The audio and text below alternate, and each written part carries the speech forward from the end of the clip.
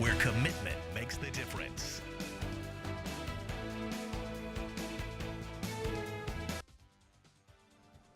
Hello and welcome to News Channel 12 Live at 6. It's Tuesday, February 23rd. I'm Katherine Gardner. And I'm Morgan Vickers. Thank you for joining us tonight. Our News Channel 12 reporter Hattie Baji is live at DSU.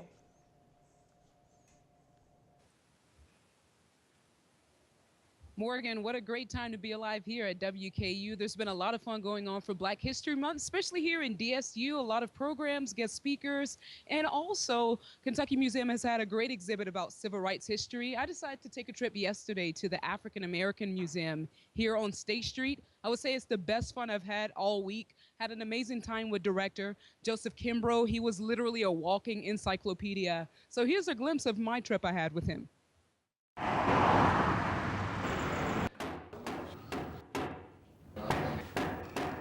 Be the man, the sun is hot and plenty bright. Let's get down to business and get home tonight. Auctioning slaves is a real high art. One of the critical things that African Americans pulled together coming out of enslavement period was family. They had family, religion, and education. The basic underlying themes in the museum and really throughout the African American community. I can't imagine what could have happened to a family when you come out of slavery and you've seen children, mothers, families, brothers, cousins, uncles, husbands, wives, being sold away. Wade in the water, children, wade in the water. They're going to baptize, right? Because again, they found their spirituality and they built their churches. This is our little school teacher right here. They were setting the sights for us, and they always ask us, what you gonna be when you grow up? What you gonna be when you grow up? Because the idea is you gotta be something. You don't have the privilege, What an interesting story by Joseph Kimbrough, Morgan. Definitely. I mean, I just have to ask, what does Black History Month mean to you? For me, it just means understanding the history of my culture, and that's what I think the importance of it is, Black History Month, understanding what the purpose of it is. And so that's what's important to me. Just understanding the culture, understanding the people that we're celebrating and just, making a celebration of it. There you go. So that's what's important to me about Black History Month. Okay. What about you? Well, I agree with you, and with all the ancestors coming up, I think that we wouldn't be here today without all the hard work. Sticking with the topic of Black History Month, reporter Danny Vessels joins us with a deeper look into Black History Month. Since President Ford started Black History Month in 1976, there's been a lot of conversation regarding the importance of African American culture and history. I took an in-depth look at Black History Month here on the Hill. Black History Month is often a time to look back and learn more about African American history. It's the call for a Black History Week. Initially, it would later become a month. Also comes up in an environment where we see rampant discrimination. It's a very dark moment, but it's a moment full of optimism as well. Dr. Rosa wasn't the only one teaching about African American history. The history and the existence of Jonesville, and it was placed there April 10th, 2001. Black Leadership and Academic Conference, better known as BLAC, hosted a Black History Trivia Night to help students gain more knowledge of Black history. What happened on February 13th, 1991, held by the Weatherby Lobby? With Black History Month trending in social media, it poses the question, should we have a Black History Month? Stay focused and give 110%. I believe it's very important to have a Black History Month because I still don't think that all African Americans have their rights, or not rights, but not everyone is represented as equally as they should be. And a lot of times people are misinformed when they're in elementary school or middle school on how history went. So I think it's very important to be educating ourselves. I think even within Black History Month, sometimes people aren't making sure to kind of figure out more about a culture that is different from theirs. Honestly, I don't think we should have a month I don't think we should have 1 month devoted to us, but probably the whole year. I mean, Black history is American history. It gives them a sense of citizenship, a sense of nationality in a world where their nationality is circumscribed by race and racism. That these institutions are still with us speak to their importance within the longer history of the African American experience. Dr. Rosa's full interview can be found on newschannellive.com. Back to you guys. History continues here at WKU. The search for WKU's 10th president is now underway. The Board of Regents met in a special called meeting in motion to begin a widespread search for the Hill's next leader. The board determined how important it is to bring in a pool of diverse and qualified candidates. These next 16 months, an unbiased search firm will conduct the process in discovering who will take over at Dr. Ransdell's retirement in 2017. Out on WKU's campus today, two groups teamed up to show support for our veteran students. The Public Relations Student Society of America and Student Veterans Alliance handed out American flags to students and faculty. They asked for people to stick the flags in the ground to show their support for our student veterans on campus. Even Big Red came out to show his support. In national news, Jason Dalton remains behind bars today after a weekend shooting in Michigan. Exercises his discretion under MCR 6.106B1A1 to deny bail at this time, as defendant is charged with murder. Prosecutors are charging Dalton with 6 counts of murder, 2 counts of assault with intent to commit murder, and 8 firearm-related counts. Police say Dalton opened fire in 3 locations over the course of nearly 7 hours Saturday night. A total of 8 people were shot and 6 of them were killed. For more on this story, you can visit newschannel12live.com. Morgan, this weather has absolutely spoiled us. It really has, Kat. I've been loving this weather, just wearing jackets and sandals and doing outside things with nature. I just love warm weather. Well, Chris is going to tell us what's coming up. Chris, what's going on outside?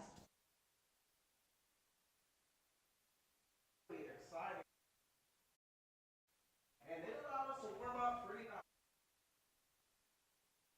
52 in London, 55 in Lexington, as well as 52 in coming in from the west. We've got some 40s showing up across Illinois, and that's a part of the change that is coming into our part of the world. Oh, well, thank you, Chris. Coming up next, the new technology preventing identity theft. And find out how one recent WKU graduate is painting selfies for a big income. That's next. We want to apologize about that technical difficulty. We will have your weather in a few. But moving on, warmer temperatures can only mean one thing. Spring is coming. And with spring comes spring break. However, spring break presents challenges for local businesses. Reporter William Catledge has the story. With spring break approaching, several students are heading down to popular Florida. I'm going down to Florida to the beach. Miami, Florida. And even other places around the country. I'm going to the Smokies, the Jersey Shore, back home. I'm going to Venice Beach in California. But the high number of students leaving brings up an interesting question, one the Bowling Green Chamber of Commerce doesn't have an answer to. What is the economic impact of local businesses during spring break? Spencer's Coffee House sees little change during this time, but a popular student hangout suffers a lot more. A lot of the kids go away, they want to go someplace that's warm. I tend to get an older crowd during the day. We're in the historic district. It's just a different vibe. It's here at Hilligan's that the effects of students leaving for spring break are the most felt. Spring break is probably half the sales, I would say. During the week, on the weekends, they're still pretty good. People still like to get out and have a little fun. With the loss of customers, the owner has to make adjustments to the staff. Well, I can't staff as many people, so my hourlies don't get paid as well because they don't get as many hours. However, after spring break, everything returns to normal. Reporting for News Channel 12, I'm William Catledge. Spring break for WKU officially starts Monday, March 7th. Selfies are a part of everyday life. Even we take them in the studio. But now MasterCard wants you to use selfies to help prevent fraud. Molly Malone has the details in today's Consumer Watch. Forget a password. MasterCard is launching new technology so you can use selfies to approve online purchases. The company says selfies and fingerprint scans are safer than typed passwords, especially since many of our passwords are easy for scammers to guess. If you want to use your pic to pay, download the MasterCard Identity Check app. It has you take a selfie each time you buy something online. Your face or fingerprint will be scanned to prove it's you spending the money and not a scammer. But you won't be able to use the same picture over and over. MasterCard makes you blink to show that you're taking that pic as you shop. The fingerprint scan is a little easier, especially if you have a new iPhone with the technology already built in. But it's not just MasterCard that's looking for new ways to prevent fraud. If you have an HSBC account, you will soon be able to use your fingerprint and voice to access money. And MasterCard is researching ways to use your heartbeat and scans of your eyes to authenticate purchases. This could be the future of protecting online shoppers from fraud. For Consumer Watch, I'm Mary Maloney. The battle against fraud looks promising with so many advances in technology. MasterCard will be experimenting with the new technology in the fall. There's bound to be a selfie or two scrolling through your social media accounts every day. One recent WKU graduate took selfies to the next level. His name is Christensen, and after graduating last spring, he's caused quite a bit of buzz around Kentucky with his unique artwork. Through his expressions, his former Hilltopper has plans to become the face of the millennial generation. This whole ideology of self-obsession that is being linked to the millennial culture, okay, and maybe it is, I don't know, but I want to just take it to the point where people sort of question whether this whole phenomenon is okay. Dean Christensen's artwork is now displayed for sale at Gallery Hertz in Louisville. Altogether, his pieces are worth over $20,000. You can learn more about his controversial work online and give him a follow on Instagram at @TheDailyDean1. Spring is near, which means cats will soon go into heat and have a chance to spread a disease that could cause them to die within 10 years.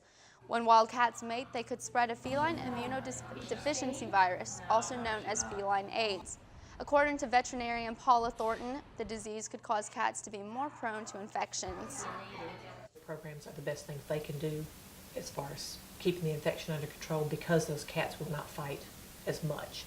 The other thing is to euthanize or humanely put to sleep any cats that are positive because they are spreading the virus out there in the feral cat community. It was sunny today, but the warm temperatures may be leaving and snow could be approaching. Chris Reese joins us after the break with an in-depth look at your weather. And like you said, Kat, you know, with the weather being so nice outside and the sun and the nice little breeze, you know, I'm very interested to see if it's going to stay like this for a while because I'm getting used to it. I don't know about you. I know, this weather has definitely spoiled me. I actually have my parents coming in this weekend, and they say as long as it doesn't snow that they're going to still, you know, continue with the plan. But, you know, Chris, I want to know, like, what's going to happen this weekend with the weather?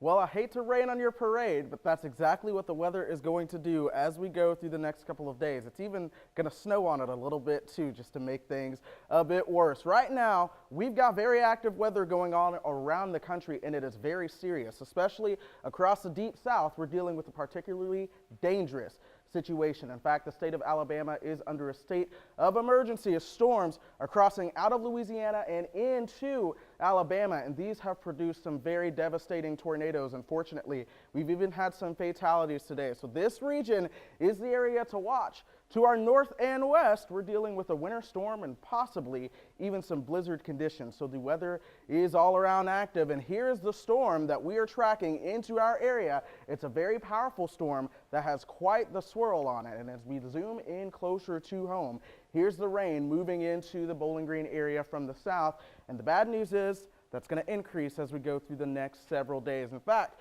planning the next 24 hours, we are dealing with some heavy rain moving in. In fact, we could even hear some thunder during the overnight hours. The good news is towards the afternoon time tomorrow, we'll get a break in the action as the low tracks right on top of us, and then temperatures are going to bottom out. We go from heavy rain even to some snow mixed in with that. So as we break down the forecast, we're going to be dealing with heavy rain moving in tonight, wind gusts of 30 to 40 miles an hour. Your umbrella is not going to make it tomorrow unless it's a pretty strong one. Temperatures are going to spike to near 60, and then we see temperatures crash into the 30s and rain changing over to snow. So here's that area of low pressure. It's just spinning out of the Arklatex region right now. And as that tracks up towards Tennessee and right into Kentucky, this is when our temperatures are going to spike as winds come right out of the south. But then watch what happens as this low moves on to the north. We start to get in on the back side of that. That's where you get the northwesterly flow. A lot of moisture's around, and we could be dealing with some snow showers flying around out there. Now, while we don't have to worry about accumulation because the ground is fairly warm, they should be pretty light, we do have to focus on the potential for heavy rain. This could lead to some localized flooding, as 1 to 2 inches of rain is a good bet going through the next night or two. So 49 degrees tonight with heavy rain moving in. Those winds are going to be increasing out of the east at 11 to 15. Tomorrow, I do not want to discount the wind threat. Look at that. 17 to 23 mile an hour winds with gusts of 30 to 40 miles an hour or even more. That continues Wednesday and into Thursday with highs in the 50s. Then the bottom crashes out. So for Thursday, we're going to be dealing with some snow showers flying, very windy conditions, and highs in the 30s. So that's going to feel really, really bad. But the good news is, if anyone has parents coming in for the weekend, it is sunny with temperatures in the 50s. Back to you, Morgan. Thank you, Chris, for that. It was a sweet day at the Sloan Convention Center on Sunday. Every year, the city of Bowling Green comes together to indulge in mountains of chocolate in order to raise money for the charity. The idea for the candy-coated event started with a small group of volunteers, but soon grew into a community-wide event to raise money for the Hospice of Southern Kentucky. Our largest fundraiser. We do this to raise funds because patients sometimes come to us without any means of payment, no insurance, and we are going to provide those services no matter what. We will never turn them away. And if you want to know more about the Hospice of Southern Kentucky, you can visit their website at hospiceoky.org. It was opening weekend for the Hilltopper baseball team. Marcus Browning joins us after the break to see how the boys in red fared in their opening series. Last weekend's weather was really nice, making a certain weekend for a certain sport quite enjoyable. But what sport could it be? But baseball, of course. The Hilltoppers started up the 2016 campaign on a high note for opening weekend against Youngstown State. First-year head coach John Pulaski became the first head coach to win his first game in charge since 1980, with a come-from-behind win 5-3 on Friday night. Game 2 was a narrow defeat Saturday afternoon, but the Tops followed that one up with a convincing triumph, sending 11 guys across home plate compared to Youngstown State's lone run. The Hilltoppers clinched the series over the Penguins 2-1, giving WKU its first opening series win since 2011. Moving on up Avenue of Champions, the men's basketball team had quite the battle of their own on Saturday. After going on a 3-game losing skid, the early minutes in EA Diddle Arena against Charlotte looked bleak. The Hilltoppers shot 28% in the first half, hitting only 7 of 25. Shooting-wise, the second period wasn't even that much better. But the Hilltoppers found momentum and overcame the largest deficit under coach Ray Harper. 18 points, that is, to close out the 49ers with a 59-54 final score. Despite the poor shooting percentage, Coach Harper was proud of their play. Happened in a game like today, we wouldn't have continued to defend. We let our offense dictate our defense early in the year, but now we're starting to be where we can get stops on the defensive end. We're usually much better on the offensive end. I mean, CJ, could you have made some of those shots today? Yeah, I told you. I thought so too. We had some wide open looks. Now for the women's side of Hilltopper basketball, the Lady Tops ventured to Charlotte and weren't able to attain the same results as the men. WKU fell behind early and played catch-up for most of the outing. The Lady Tops cut Charlotte's lead down to 6 points in the fourth quarter, but the girls wouldn't get any closer, dropping the decision 81-72. Also, WKU released this statement from Michelle Clark-Hurd yesterday, stating that freshman Simone Goods has decided to focus on academics the remainder of the season, and at the conclusion of the academic year, she will pursue other opportunities. Be sure to tune in this Thursday for the Extra Point for more sports coverage right here at 6. Back to you guys. Thanks, Marcus. Coming up, one last final look at the weather. As the spring flowers start to bloom, unique designs are what the florists around the state are aiming for.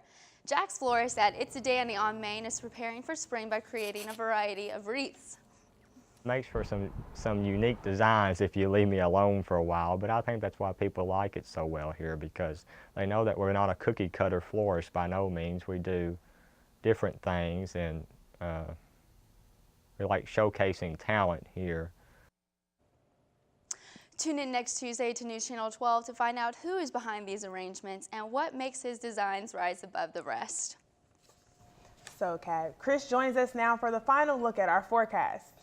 You know what? There's a very serious area of low pressure, and that's really going to be increasing the wind and the rain. And I want to reiterate just how windy it's going to be as this area of low pressure tracks right on top of Kentucky. Not only does it bring a spike in temperatures, but the northwesterly wind flow behind it brings the crash in temperatures, and we're going to be dealing with rain over to some snow for a time. It's not going to be a winter storm by any means, but still some light snow may fly. So all in all, the good news is we look good for the weekend. And for softball, it's really going to be great because they have another invitational this weekend, so great weather for softball fans. I'm glad that that snowstorm's not coming. I'm glad it's just a rainstorm because I can't handle another snowstorm. Hey, I don't think any of Bowling Green can at this point. We are waving the white flag. Definitely. Definitely. Our cars are appreciated. We'll appreciate it. Well, that's all the time we have for tonight. Thank you for making News Channel 12 your source for the news. Have a good night.